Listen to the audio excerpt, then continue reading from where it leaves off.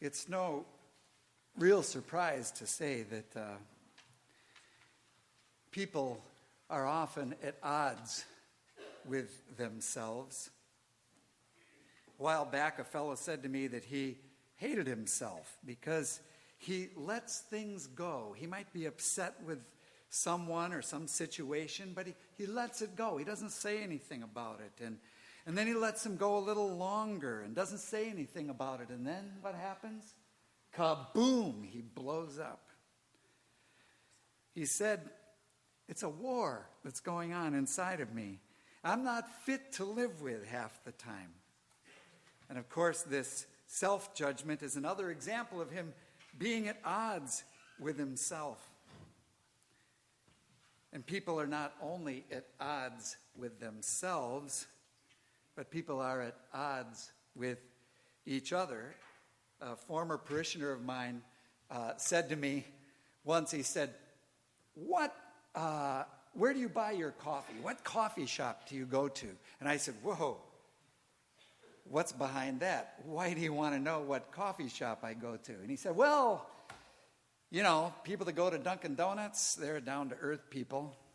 People that go to Starbucks, well, they're rich and snooty people. What do you go to? And I said, well, it's news to me, but I'm rich and snooty.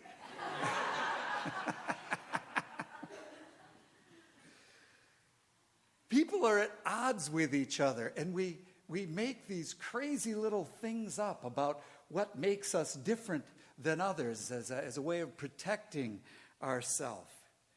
Here he was, we went to the same church, you know, I was a minister at his church, and he had already had us at odds with each other because of our coffee preferences. I mean, the truth is, I'm a caffeine addict, and when the urge hits, I don't care where I am. I just go in and buy. Not only are people at odds with each other, but groups are at odds with each other. The Unitarian Church in West Hartford put out 2 Black Lives Matter signs on their lawns.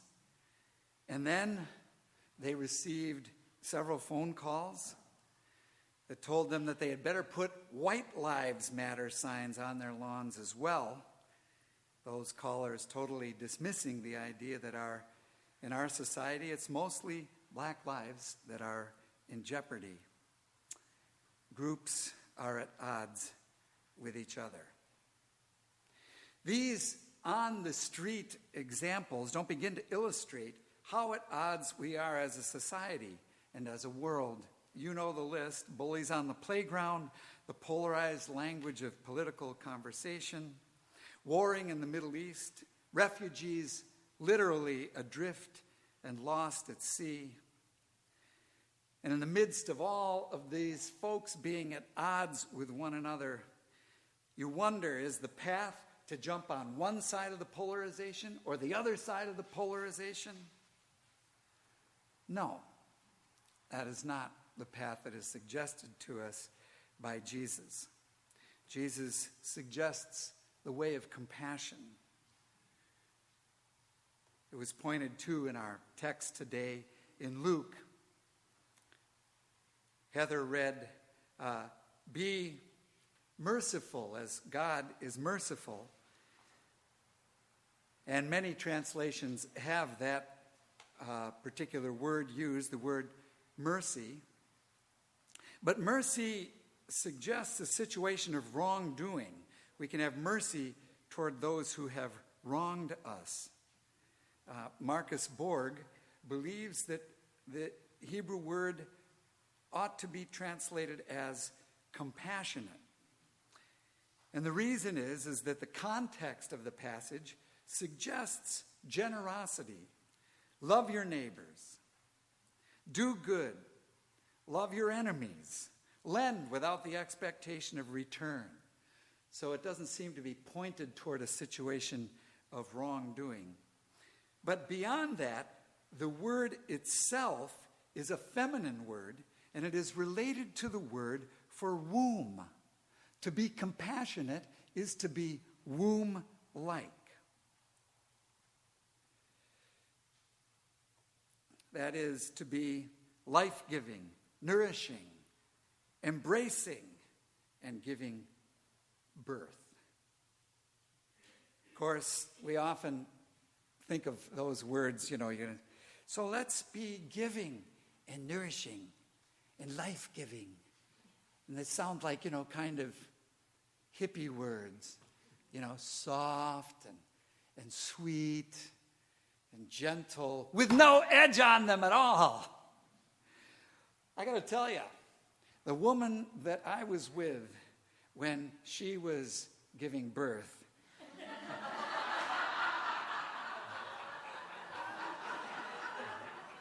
she was not soft and gentle. No. She was sweaty, and she was expressive, and you knew what she wanted, and she was tough. And I'm not talking about my mother, by the way.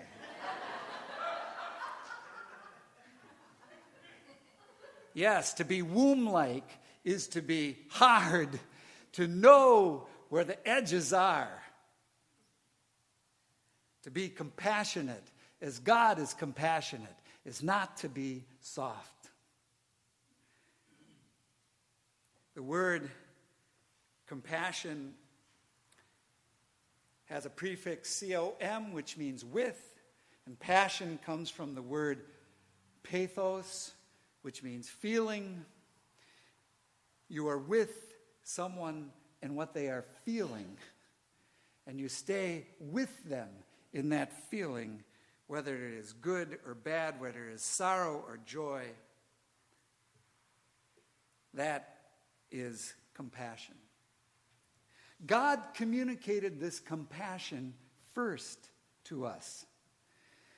God or soul or spirit or the universe, whatever it is that you call that mysterious presence that seems to be lurking in the corners of our lives, through the whisper of the breeze in the trees, in the hubbub and jostle of a crowd, in the grin and giggle of a youngster on your lap, in the embrace of a friend when you have dissolved into tears. Somewhere in life, you have felt this real presence that says you are not alone. Regardless of the mistakes you have made, your sense of pain, your loneliness, or your grief, all creation speaks to your heart and says to you, you belong to something beyond your understanding. That is the compassion of God. And Jesus says, be compassionate as God is compassionate. Practice compassion as God practices compassion. How? Well, in typical sermonic form, I have 3 ways. First, we all deal with this kind of self-criticism as the guy who expressed his self-hatred to me. We all have parts inside of us that are warring with each other. But there is a basic assumption, a basic biblical assumption, that all of us that we are, all of our parts, are lovable. And the reason is that all of our parts of us intend good. We are created, you see, in the image of God. And that is our deeper self, our soul, if you will. And the warring parts, or maybe yours aren't warring, maybe they're simply arguing with one another. Those warring parts have grown from an experience when our soul needed protection. As I talked to the man, he confessed that his family was highly accomplished, not very affectionate. And the only way to be noticed in his family was to do, quote, great things. And his parents only offered criticism as a means of motivation. So I said to him, why don't you ask this critical part of you what it has been trying to accomplish? I said, go home and meditate on it. Think about it for a while, and then come back and tell me what you think. And so he came back a couple weeks later. And he said that there was this insight that came to him, that his critical part was actually trying to motivate him to be really excellent and do great things so that his parents wouldn't criticize him. That his critical part was trying to help him. He said, I thought this critical part was after me, trying to bury me. It's not, he said. It's actually trying to do me good, to keep me out of trouble. At least it started that way when I was a kid. I said to him, wow. Make friends with it. Thank it. Because if it knows you care, it'll trust you and it'll step back and let your higher self, your soul, step forward. It is my deep conviction that every part of us is trying to help us, and that we all need to understand how it is trying to help, and we all need to be compassionate toward it. It came through this week, particularly when this young man in Granby, a senior in the high school, took his life, There was a part of him that was trying to protect him from the pain. Whatever it was, I don't know exactly what the pain was. But it was some deep pain. And this part of him thought that the only way out was to check out altogether. It's sad. It's tragic. But if he'd only had the chance to get to know that part better and to understand that it really is trying to help him, it just misunderstood the place he was at and the kind of help available. Be compassionate toward yourself. It's no small thing. It is a big thing. Get to know those parts of you a bit and thank them for trying to be helpful. It's essential to be compassionate toward yourself as God is compassionate toward you.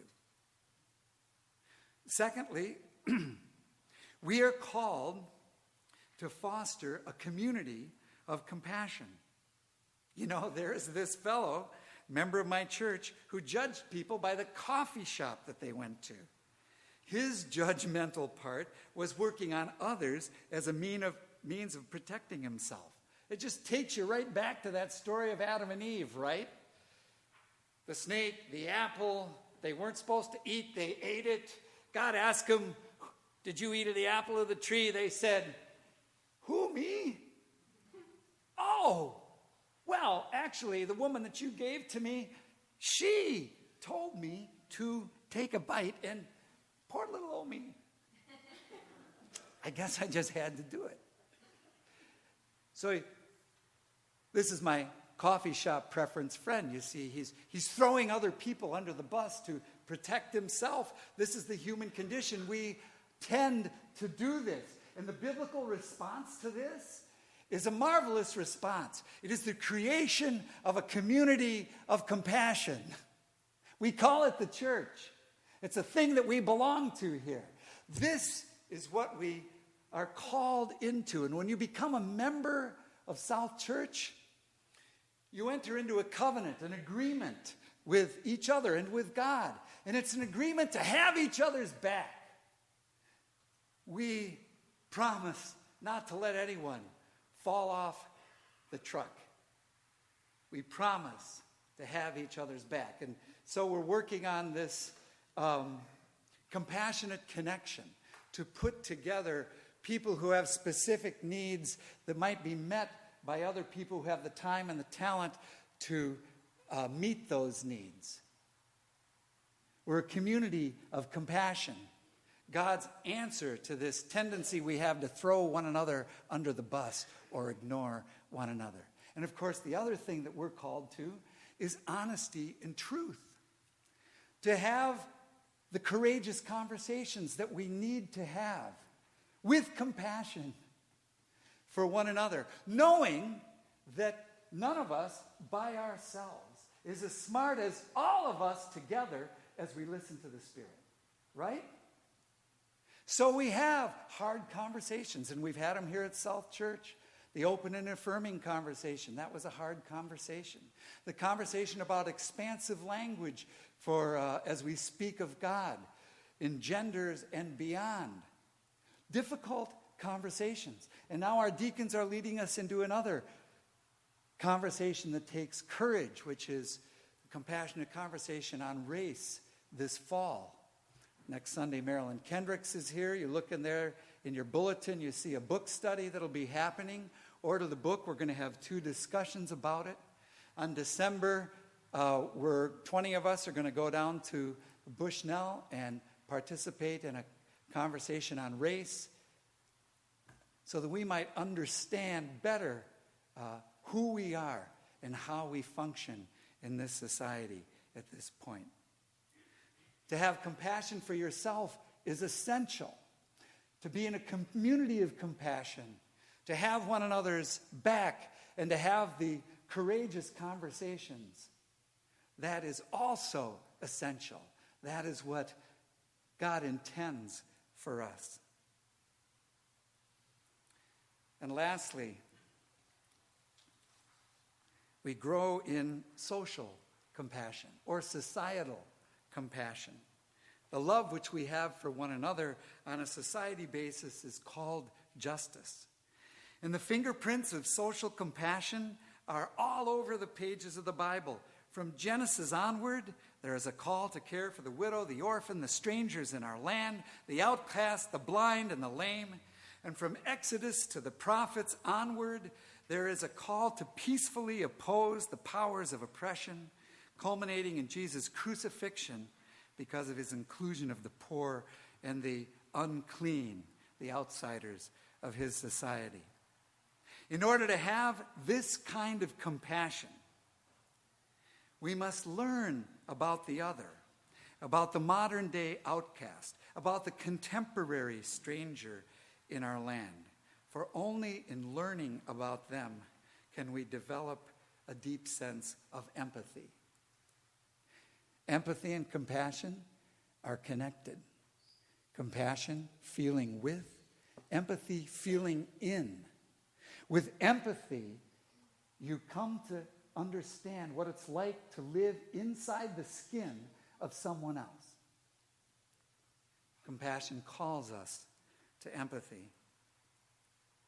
In 2006, it was the 3rd year of Heads Up Hartford, that camp that myself and Nikki Curry-Huggard and 3 or 4 other people started that brings urban and suburban teenagers together to build leadership, to break down stereotypes, and to build community by going out to the places in Hartford in service teams that are integrated. 2006 was the 3rd year that we did that, and in that summer, we went in the last week of June. And in the first 3 weeks of June, there had been 4 killings in Hartford, young black men shooting young black men. And the rumor was that it started with somebody's bicycle getting stolen.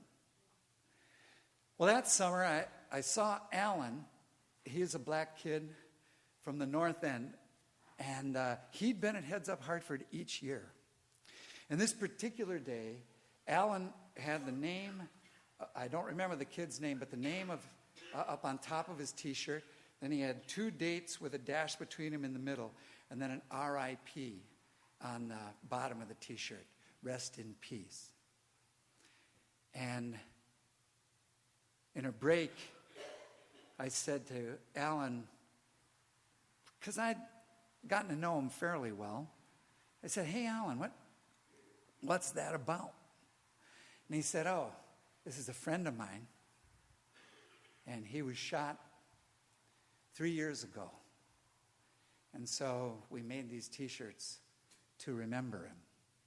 I said, "I'm sorry." "Yeah," he said, "thank you. Thank you. And there was this little pause, and I just had to ask him. I said, Alan, can you help me with this? You know, there have been 4 murders of young black men shot here in Hartford by other young black men. And it all started with a bicycle being stolen. It doesn't make sense to me. Can you help me with that? Help me understand. And he says, after waiting for a little bit, he looks at me and he says, Denny, I mean no disrespect, but you won't understand. I said, what do you mean I won't understand? Well, you won't understand because you get respect. And I said, and you don't get respect, Alan? Well, he said, not out there. I don't get respect out there. Oh, what's up with that? I said. And he said, you see, you are a successful white man. You play by the rules, and you won. You got a house and a family out in the suburbs, and you were able to make money. He said, it's just not like that around here. I said, what's it like? And he said, well, me and my friends, he said, lots of us don't have any dads that are around. Our moms work 2 jobs. You know, we got a pair of sneakers. We got 2 or 3 pairs of pants and maybe 4 or 5 shirts. On our way to school and on our way home from school, our biggest worry is getting beat up. The teachers want us to play by the rules, but they don't respect us. They want to teach us about the Civil War, and there's a war going on right on our streets. What good is the Civil War when this war is going on? Kids are getting beaten up and shot, and nobody's doing anything. Cops don't respect us, they suspect us. It's always our fault, it seems. And yeah, people like you come in and do this, and the Heads Up Hartford is wonderful, but really, does anybody really want to do what it takes to change this? So when it comes to respect, we are at the bottom of the ladder. We get no respect from nobody. My head kind of dropped. And he said, this is the thing. If you're at the bottom of the ladder, you get no respect from anybody. You might get a gun. And then, if somebody steals your bike, that's disrespect. And you've been disrespected everywhere else. And some kids, they just go to the gun and they use that for respect. Because you see, you can live your life without a bike, but you can't live your life without respect.